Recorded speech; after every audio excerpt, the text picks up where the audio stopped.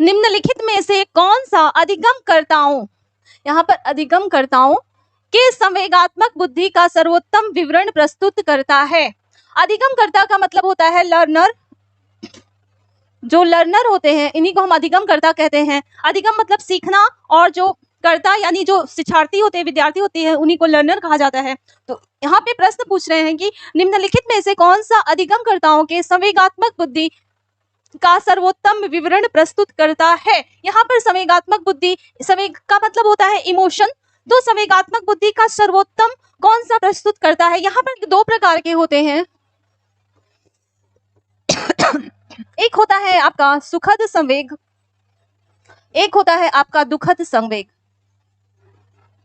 सुखद में जैसे हर्ष, आपकी स्नेह, ये सब आते हैं। दुखद में आपका घृणा, क्रोध, दुखद में घृणा, क्रोध आदि संवेग आते हैं। जैसा कि हमने पढ़ा था कि शिक्षण का उद्देश्य होता है कि हम विद्यार्थियों का सर्वांगीण विकास करें, और विद्यार्थियों का सर्वांगीण विकास इसका मेन उद्देश्य होता है। जो एक तरीके से जो संकुचित उद्देश्य है वो तो बाद में आता है, लेकिन जब हम प्राइमरी और माध्यमिक जब शिक्षा की व्यवस्था जो की गई है, उस व्यवस्था में कोई एक स्पेशल विषय नहीं होता है, उसमें सभी विषयों को शामिल किया जाता है, जिसके द्वारा उस विद्यार्थी का शिक्षा के साथ साथ उसका सर्वांगीण विकास भी हो सके। उसमें हिंदी भी होता है, इंग्लिश भी होता है, हर सब्जेक्ट को शामिल किया जाता है। उसमें नैतिक शिक्षा भी दी जाती है, और नैतिक शिक्षा के माध्यम से विद्यार्थियों में उनके संवेग को सामंजस्य करने की शिक्षा दी जाती है। कैसे उनको कहाँ पर क्रोध करना है, उन्हें घृणा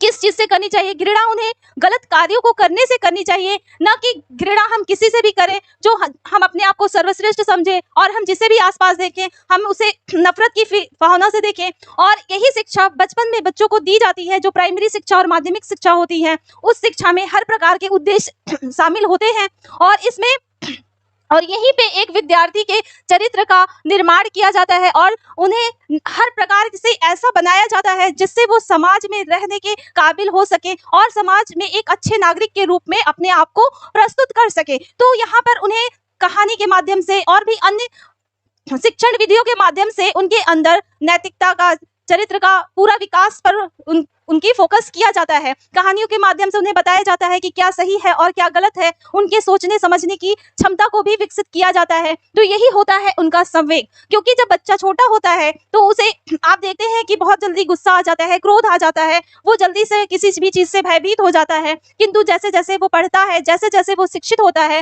वो अपने संवेग को कंट्रोल, नियंत्रण करने की क्षमता विकसित हो जाती है। अब वह अपने संवेगों पर काबू पा लेता है। पहले जहां वो अपने सहपाठी विद्यार्थी से ईर्ष्या करता है छोटी छोटी बातों पर, अब धीरे धीरे उससे अब उसकी दोस्ती हो जाती है। अब उसे क्योंकि पता है कि हमें जैसे वो वैसा ही उस सहपाठी को स्वीकार करता है जैसे वो खुद है, और इस प्रकार धीरे धीरे उस विद्यार्थी में संवेग को सामंजस्य करने की जो शक्ति है वो विकसित हो जाती है, और शिक्षा का यही उद्देश्य होता है। तो यहाँ पे प्रश्न भी पूछा गया है कि निम्नलिखित में से अधिगमकर्ताओं के संवेगात्मक बुद्धि का सर्वोत्तम विवरण प्रस्तुत करता है। तो यहाँ पर अब आप समझ गए होंगे कि संवेग क्या होता है। अगर कोई विद्यार्थी संवेगात्मक रूप से विकसित हो चुका है तो इसमें से कौन सा ऐसा ऑप्शन है जो वो प्रस्तुत करता है। उसमें पहला है दूसरे लोगों और स्वयं अपने संवेग को समझना, दूसरा है स्वयं को बलपूर्वक अभिव्यक्त करना, तीसरा है चिंतन में विवेकपूर्ण होना, चौथा ऑप्शन है आपका स्थिति के अनुरूप अपने संवेगों का समायोजन करना, पांचवा है रचनात्मक, अन्य लोगों को जैसे वे हैं वैसा ही स्वीकार करना। यहाँ पर रचनात्मक नहीं होगा, अन्य लोगों को जैसे वे हैं वैसा ही स्वीकार करना, और छठवां है अन्य लोगों को, अच्छा यहाँ दो ऑप्शन दोनों को एक बार दे दिया गया है। तो यहाँ पर आपका होगा पहला ऑप्शन होगा, दूसरा ऑप्शन बिल्कुल नहीं होगा कि स्वयं को बलपूर्वक हम अभिव्यक्त, अगर हमारे अंदर संवेग विकसित हो चुका है, संवेग को हम नियंत्रण कर सकते हैं, तो हम अपने आप को कभी भी बलपूर्वक नहीं प्रस्तुत करेंगे। यहाँ पर स्थिति के अनुरूप, यहाँ पर पहला, चौथा और छठवां ऑप्शन आपका यहाँ पर बिल्कुल सही होगा। तो